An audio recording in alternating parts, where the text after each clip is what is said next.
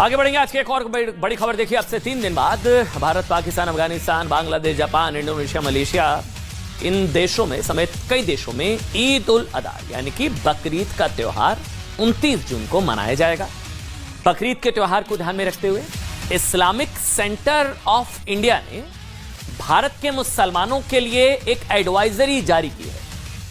इस एडवाइजरी की तारीफ इसलिए की जानी चाहिए क्योंकि इससे भारत में बहुत सारे विवाद टाले जा सकते हैं। देखिए, भारत में एक बड़ा विवाद क्या होता है? सड़कों पर नमाज पढ़ने को लेकर। अब इस्लामिक सेंटर ऑफ इंडिया, ये जो एडवाइजरी है ये इस्लामिक सेंटर ऑफ इंडिया की है, ने जो एडवाइजरी जारी की है उसमें कहा गया कि भाई बकरीद की नमाज ईदगाह या घरों में ही पढ़ी जानी चाहिए, ना कि सड़कों पर। नंबर 1।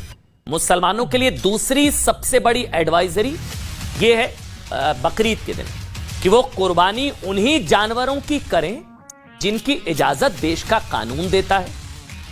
एडवाइजरी की तीसरी बड़ी बात यह है कि बकरी ईद की कुर्बानी पब्लिक प्लेस पर ना की जाए। कुर्बानी का फोटो या वीडियो सोशल मीडिया पर ना डाला जाए। इस एडवाइजरी की 5वीं बड़ी बात यह है कि कुर्बानी के बाद जानवरों के अवशेष को सड़कों या सार्वजनिक जगहों पर नहीं फेंकने के लिए इस एडवाइजरी में कहा गया है। देखिए, इस्लामिक सेंटर ऑफ इंडिया ने यह भी कहा कि कुर्बानी के बाद जानवरों का खून नालियों में नहीं बहना चाहिए। यह सुनिश्चित किया जाना चाहिए कि कुर्बानी के वक्त दूसरे समुदाय की धार्मिक भावनाओं का ख्याल रखा जाए। एडवाइजरी में भारत के मुसलमानों को भारत की खुशहाली और तरक्की के लिए दुआ करने के लिए भी कहा गया। एक बार सुन लीजिए।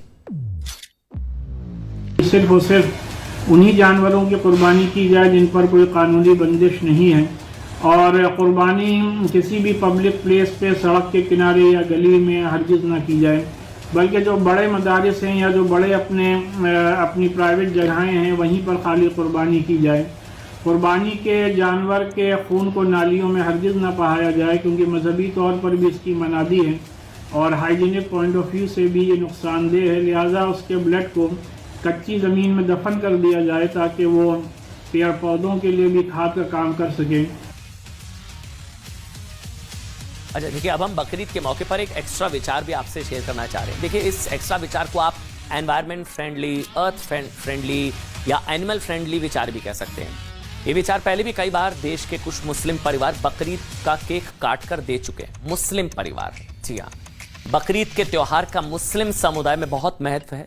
और एक्स्ट्रा विचार यह है कि क्या अब पूरे देश में बकरीद का त्योहार भी इको फ्रेंडली ढंग से मनाने की शुरुआत क्या होनी चाहिए, ये सवाल।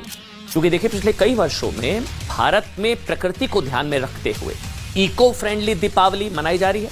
बिल्कुल इको फ्रेंडली दीपावली मनाने के सदियों पुराने तौर तरीके छोड़कर भारत के लोग ग्रीन दीपावली मनाने की शुरुआत कर रहे हैं। डिजिटल दिवाली, ग्रीन दीपावली, है ना। पिछली दीपावली में देश के कई हिस्सों में मोबाइल, लैपटॉप या कंप्यूटर से ई क्रैकर छुड़ाए गए थे। ई क्रैकर, एक्चुअल पटाखे ना छुड़ाकर e cracker, digital eco friendly green Deepavali, ठीक। और इसी के साथ भारत में पानी बचाने के लिए भी इको फ्रेंडली होली की शुरुआत हो चुकी है। गणपति उत्सव के लिए भी इको फ्रेंडली गणपति बनाए जा रहे हैं, प्रकृति को ध्यान में रखते हुए, एनवायरमेंटल बैलेंस। तो प्रकृति को ध्यान में रखकर इको फ्रेंडली बकरी ईद क्या मनाई जानी चाहिए, यह विचार आपके लिए। क्योंकि अलग अलग धर्म, मजहब, पंथ और संप्रदाय को मानने वाले सभी व्यक्ति एक ही बात मानते हैं। देखिए कि भैया कि पृथ्वी और ये प्रकृति ईश्वर, अल्लाह या गॉड ने बनाई है, और जो पृथ्वी हमें जीवन जीने लायक वातावरण देती है, उस पृथ्वी को बचाना भी तो हमारा ही धर्म है ना भाई। दुनिया के महान वैज्ञानिक एल्बर्ट आइंस्टाइन ने कहा था कि भाई धरती पर जीवन का अस्तित्व बनाए रखने के लिए कोई भी चीज मनुष्य को उतना फायदा नहीं पहुंचाएगी जितना कि शाकाहार का विकास।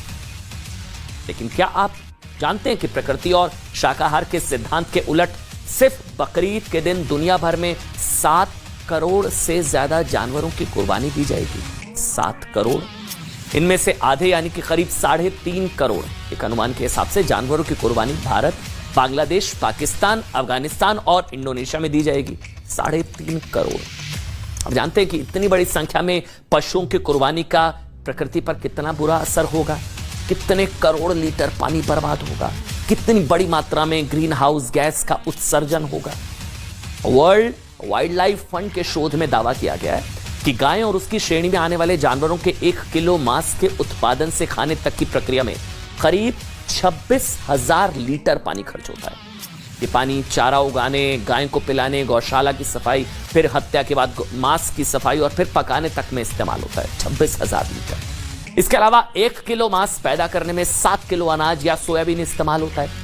एक्सपर्ट्स ये दावा करते हैं कि दुनिया में मांस की खपत में 10% की कमी की जाए, 10% की, तो रोजाना भूखमरी से मरने वाले 18,000 बच्चों का जीवन बच सकता है। ऑक्सफोर्ड यूनिवर्सिटी के एक रिपोर्ट में, शोध में कहा गया है, रिसर्च में, कि मांस की अधिकता वाला 1 किलो भोजन 7 किलो कार्बन डाइऑक्साइड के उत्सर्जन का कारण बनता है।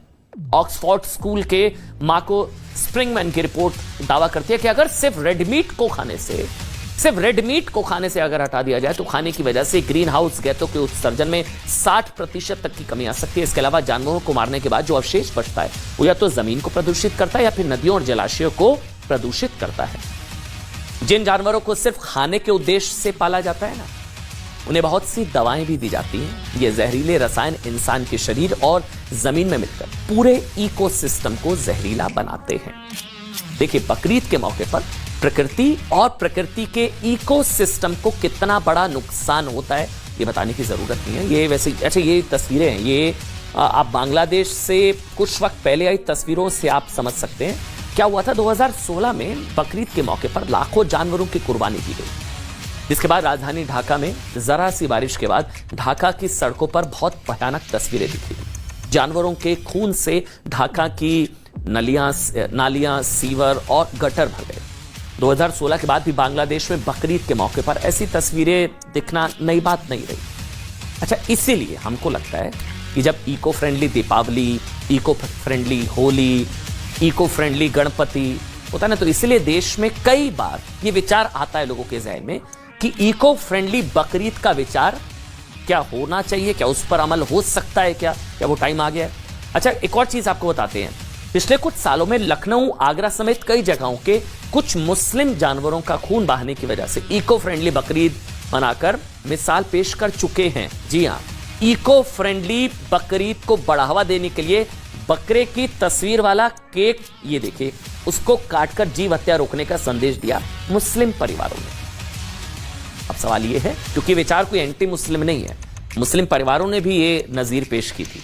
सवाल ये कि कुछ मुस्लिम परिवार अगर प्रकृति सृष्टि को नुकसान पहुंचाए बिना त्योहार मना सकते हैं, तो सभी को मिलकर प्रकृति का आभार क्यों नहीं जताना चाहिए। और बकरीद को क्या हम ये विचार पेश कर रहे हैं कि क्या बिना जानवरों की कुर्बानी वाले त्योहार में क्या बदला जा सकता है? क्या व्हाट्सएप पर या केक या डिजिटल या ई बकरीद क्या बनाई जा सकती है? ये सवाल है, इस पर जरूर मंथन होना चाहिए।